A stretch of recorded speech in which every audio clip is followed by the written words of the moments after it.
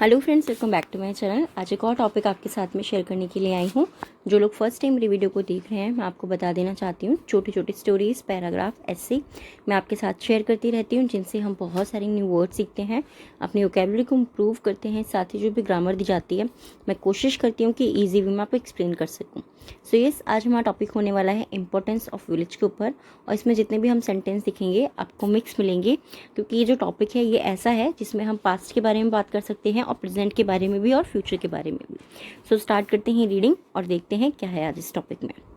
Villages existent in India from ancient times and they have been dependent on each other for the demand and supply of goods. Villages यानी कि गांव, exist का मतलब होता है अस्तित्व है। इन इंडिया, भारत में, फ्रॉम मीन्स से, एंशियंट टाइम का मतलब होता है प्राचीन काल, ठीक है, टाइम्स यानी कि काल, प्राचीन काल से। एंड और दे हैव बीन डिपेंडेंट यानी कि वो निर्भर रहे हैं। दे हैव बीन डिपेंडेंट, वो निर्भर रहे हैं। On each other, on means पर, ईच अदर एक दूसरे पर, for the demand, for means के लिए, द डिमांड मांग के लिए, एंड और सप्लाई मीन्स होता है आपूर्ति, ऑफ मीन्स काकी के, गुड्स का मतलब क्या होता है? गुड्स का मतलब माल होता है या फिर वस्तुएं होता है। तो सिंपली पूरे सेंटेंस को हम कैसे रीड कर सकते हैं कि भारत में गांव प्राचीन काल से ही अस्तित्व में थे और वे वस्तुओं या फिर माल की मांग और आपूर्ति के लिए एक दूसरे पर निर्भर रहे हैं। ठीक है, विलेजेस एग्जिस्टेंट यानी कि वो अस्तित्व में थे। पास्ट टेंस का यहाँ पर यूज हुआ है, उसके बाद में हैव बीन, वो हम प्रेजेंट टेंस में यूज करते हैं, उसका यूज हुआ है। एक ही सेंटेंस के अंदर हमने प्रेजेंट टेंस और पास्ट टेंस दोनों को देखा है। लाइकवाइज, वैसे ही या फिर उसी प्रकार या इसी प्रकार। लाइकवाइज को हम बहुत ज़्यादा यूज़ करते हैं जब भी आपको कोई भी टॉपिक बनाना है, इस तरीके के वर्ड बहुत ज़्यादा यूज होते हैं। They contribute a lot to the growth and development of the country. They contribute, they मतलब वे मतलब कौन? यहाँ पे हम किसके बारे में बात करें? हम बात करें विलेज के बारे में, गांव के बारे में। दे कॉन्ट्रीब्यूट, वे योगदान करते हैं, अ लॉट बहुत सा योगदान करते हैं, टू द ग्रोथ मतलब उन्नति के लिए या फिर वृद्धि के लिए, दोनों हम बोल सकते हैं। ग्रोथ का मतलब उन्नति करना, वृद्धि करना या बढ़ोतरी करना, तीनों वर्ड के लिए आप इजीली समझ सकते हैं। एंड डेवलपमेंट और विकास, of the country, country means देश के लिए। तो इसी तरह वे देश की उन्नति और विकास में भी बहुत योगदान देते हैं। Simply, India is a country who depends, India यानी कि भारत, इज मीन्स है अ कंट्री, एक ऐसा देश है, हु डिपेंड्स, हु मीन्स जो, डिपेंड्स यानी कि निर्भर करता है। क्यों बोला? क्योंकि यहाँ पे एस का यूज हुआ है, इसका मतलब ये सिंपली हमारा प्रेजेंट इंडेफिनिट टेंस की वर्ब बन जाती है। डिपेंड्स ऑन एग्रीकल्चर, जो एग्रीकल्चर यानी कि कृषि पर निर्भर है। More than it's secondary and territory sector, more than मतलब से अधिक या फिर से ज़्यादा, मोर देन से अधिक या से ज़्यादा, इट्स सेकेंडरी इसके द्वितीय, एंड टेरिटरी सेक्टर यानी कि इसके द्वितीय या फिर तृतीय क्षेत्र से। तो पूरे सेंटेंस को हम कैसे रीड कर सकते हैं कि भारत एक ऐसा देश है जो अपने द्वितीय और तृतीय क्षेत्र से अधिक कृषि पर निर्भर है। ठीक है, कृषि यानी कि एग्रीकल्चर, खेती बाड़ी जो होती है उसको हम बोलते हैं। ऑल्सो साथ ही India is the second most populated nation of the world and to feed this big population they need food which comes from the villages. India also, साथ ही इंडिया जो है is the second most populated nation, Bharat जो है वो second मतलब दूसरा, most सबसे अधिक, पॉपुलेटेड यानी कि आबादी वाला या फिर पॉपुलेशन वाला, नेशनल है, राष्ट्र है, ऑफ द वर्ल्ड संसार का, भारत जो है संसार का दूसरा सबसे आबादी वाला राष्ट्र है। एंड और to feed this big population, to feed खिलाने के लिए, देखिए ईट का मतलब होता है खाना, बट फीड मतलब किसी को खिलाना, तो खाना खिलाने के लिए दिस बिग पॉपुलेशन, इस बड़ी जनसंख्या को या फिर इस बड़ी आबादी को, पॉपुलेशन मतलब जनसंख्या या फिर आबादी को, दे नीड उन्हें आवश्यकता है, फूड भोजन की, विच कम्स जो आता है, फ्रॉम द विलेज जो गांव से आता है। दिस डिस्क्राइब्स ये वर्णन करता है या फिर ये बताता है, ठीक है, दिस डिस्क्राइब्स ये वर्णन करता है या ये बताता है, why they are important to us and everybody, by क्यों, दे आर इम्पॉर्टेंट वे महत्वपूर्ण है, टू अस हमारे लिए, एंड एवरीबडी और हर किसी के लिए।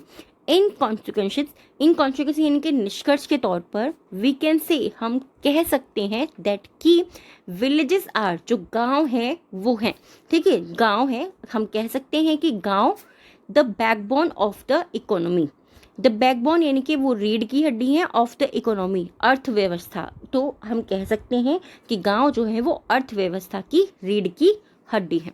ऑल्सो साथ ही my village is a part of all the villages in India where people still live in peace and harmony. Also साथ ही माई विलेज, मेरा गांव, is a part of all villages, is a part वो हिस्सा है, of all villages सभी गांवों का वो एक हिस्सा है, इन इंडिया भारत में, साथ ही मेरा गांव भारत के सभी गांवों का एक हिस्सा है, वेयर जहाँ पर पीपल स्टिल, पीपल मीन्स लोग, स्टिल मीन्स अभी भी, लिव मीन्स रहते हैं, इन peace and harmony, in means में पीस मतलब शांति में, एंड हार्मनी, हार्मनी मीन्स क्या होता है, समृद्ध, सद्भाव, ठीक है। तो मेरा जो गांव है वो भारत के गांव में से एक है जो अभी भी, जहाँ पर लोग अभी भी, पीपल स्टिल, लोग जो हैं वो अभी भी शांति और सद्भाव से, हार्मनी मीन सद्भाव से रहते हैं। सिंपल प्रेजेंट इंडेफिनिट टेंस यहाँ पे अप्लाई हो रहा है।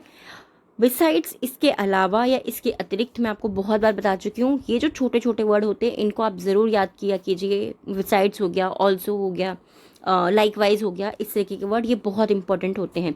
द पीपल, लोग, ऑफ द विलेजेस, गांव के जो लोग हैं, आर फ्रेंडली, आर मीन्स है फ्रेंडली यानी कि वो मिलनसार है, the people of villages are friendly, गांव के जो लोग हैं वो मिलनसार हैं, एंड लिव्स, और रहते हैं, a happy and prosperous life as compared to the people of urban areas, and lives, और रहते हैं, a happy and prosperous life, और एक खुश और समृद्ध जीवन जीते हैं, एज, क्यों, एज कंपेयर, के कंपेयर में यानी कि उनकी तुलना में, to the people of urban areas, to the people, लोगों की, ऑफ अर्बन एरियाज यानी कि शहरी क्षेत्र के जो लोग होते हैं या फिर शहरी जो लोग होते हैं उनकी तुलना में गांव के जो लोग हैं वो अधिक खुश और समृद्ध तरीके से रहते हैं।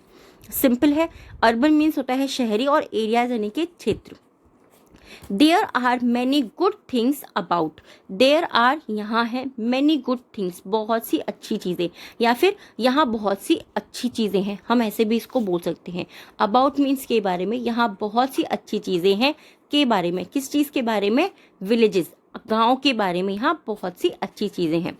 सच एज का मीनिंग होता है जैसे कि, फ्रेश एयर, फ्रेश मीन्स ताज़ी, एयर मीन्स हवा, जैसे ताज़ी हवा, रिवर्स नदियाँ, ट्रीज पेड़, नो पॉल्यूशन, कोई प्रदूषण नहीं, ठीक है, नो पॉल्यूशन नहीं, कोई प्रदूषण नहीं या प्रदूषण नहीं।